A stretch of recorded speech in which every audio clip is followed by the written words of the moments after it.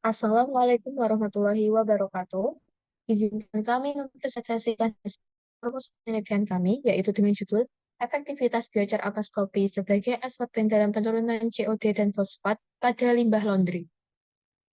Untuk proposal ini disusun oleh yang pertama ada Dewa Panji Saputra dengan NIM D5023030, dan yang kedua ada Aulia Permata dengan NIM D5023040, dan dengan saya sendiri yaitu Najwa Desapira dengan NIM D502300104. Untuk proposal penelitian ini dibimbing oleh dosen pembimbing yaitu Bapak Insinyur Haryanto MS, dan kepada rekan saya. Mengenai latar belakang pada penelitian ini yaitu usaha laundry yang terus berkembang menghasilkan limbah cair dengan kandungan COD dan fosfat yang tinggi. Jika dibuang langsung ke lingkungan, limbah ini dapat menyebabkan pencemaran dan eutrofikasi. Oleh karena itu, diperlukan metode pengolahan yang efektif dan ramah lingkungan. Salah satu alternatif yang berpotensi digunakan pada penelitian ini yaitu biochar dari ampas kopi.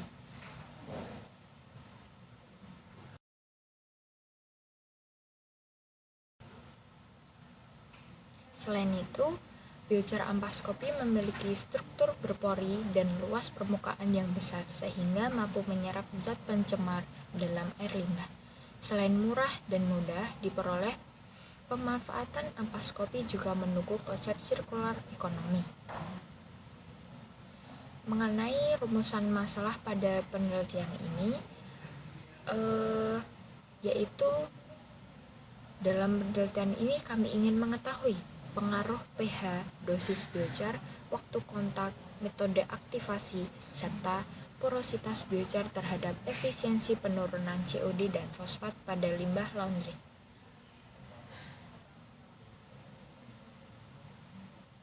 Dan tujuan serta hipotesisnya, tujuan penelitian yaitu dengan mengkarakterisasi biochar, menentukan dengan berbagai mode aktivasi BET, SM, SEM, EDX, FTIR, Proximat, dan mengevaluasi pengaruh porositas dan metode aktivasi terhadap efisiensi penyisihan COD dan fosfat, serta mengoptimasi dosis absorben dan waktu kontak pada proses absorpsi BET. Untuk hipotesis sendiri, hipotesisnya yaitu bahwa pH, metode aktivasi dosis biochar dan waktu kontak memberikan pengaruh signifikan terhadap proses absorpsi.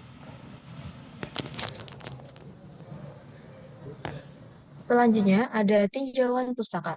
Di tinjauan pustaka ini ada beberapa penelitian yang menunjukkan bahwa biochar memiliki kemampuan absorpsi yang baik karena struktur porinya.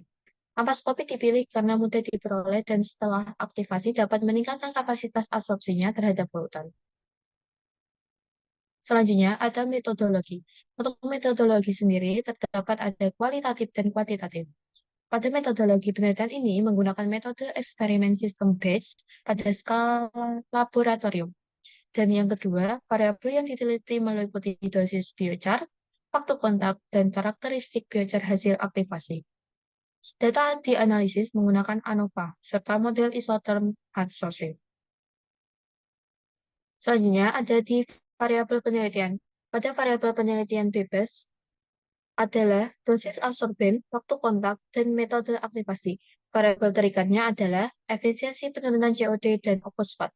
Sedangkan variabel kontrol meliputi pH, suhu, ukuran partikel, dan kecepatan pengaturan.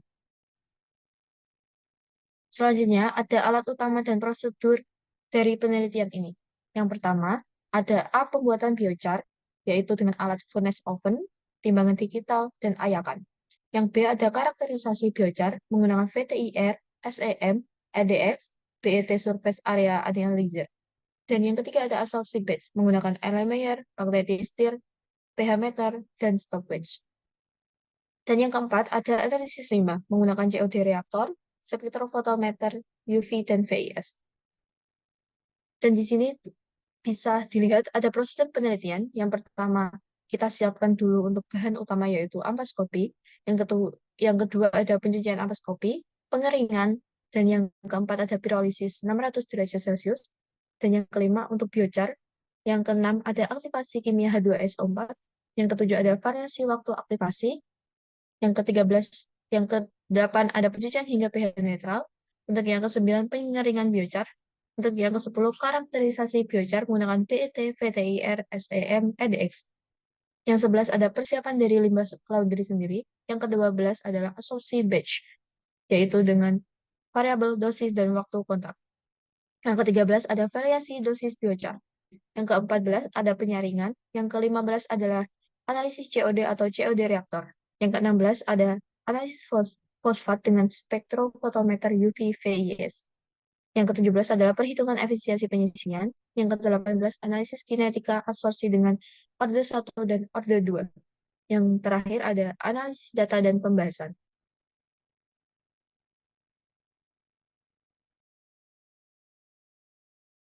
Untuk berikutnya terdapat hasil penelitian. Karena penelitian ini masih berupa proposal, slide ini berisi hasil yang diharapkan dari penelitian yang akan dilakukan. Untuk grafik paling kiri yang pertama yaitu efisiensi penyisian COD fosfat pada berbagai kondisi aktivasi. Bisa dilihat dari grafik yang coklat grafik dari fosfat dan yang hijau dari COD. Kesimpulannya yaitu aktivasi kimia H2SO4 1M memberikan efisiensi penyisian COD dan fosfat tertinggi. Untuk grafik yang kedua, pengaruh dosis biokar terhadap efisiensi penyisian COD dan fosfat. Bisa disimpulkan efisiensi meningkat seiring bertambahnya dosis biokar dan optimum pada 4-5 gram per liter. Dan yang grafik terakhir yaitu pengaruh konsentrasi asam sulfat terhadap efisiensi penyisian COD. Bisa dilihat kesimpulannya yaitu konsentrasi H2SO4 1M menghasilkan efisiensi penyisian COD tertinggi. Next. Selanjutnya masuk ke pembahasan. Diperkirakan biokar yang aktivasi menggunakan H2SO4 akan memiliki porositas lebih tinggi sehingga kemampuan absorpsinya meningkat. Selain itu, peningkatan dosis absorben dan waktu kontak diprediksi dapat meningkatkan efisiensi penurunan COD dan fosfat sehingga menjadi kondisi optimum. Selain itu, absorpsi berlangsung cepat pada awal proses, kemudian melambat hingga mencapai kesetimbangan. Model kinetika prosedur dan orde 2 diperkirakan memberikan kecocokan terbaik dalam menggambarkan mekanisme absorpsi biokar. Next.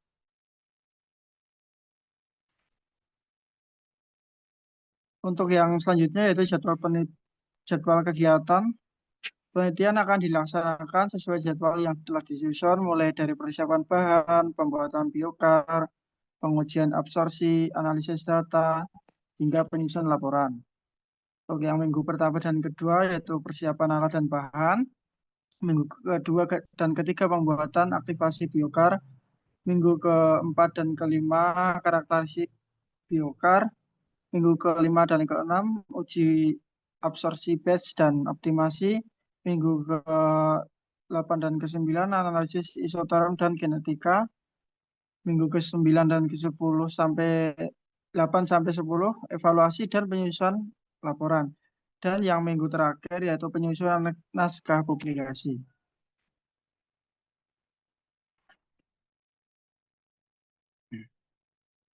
Dari penelitian kita bisa disimpulkan bahwa biokar ampas kopi memiliki potensi sebagai absorben alternatif yang ekonomis dan ramah lingkungan. Melalui penelitian ini diharapkan diperoleh kondisi optimum untuk menurunkan kadar COD dan fosfat pada laundry. Untuk yang pertama itu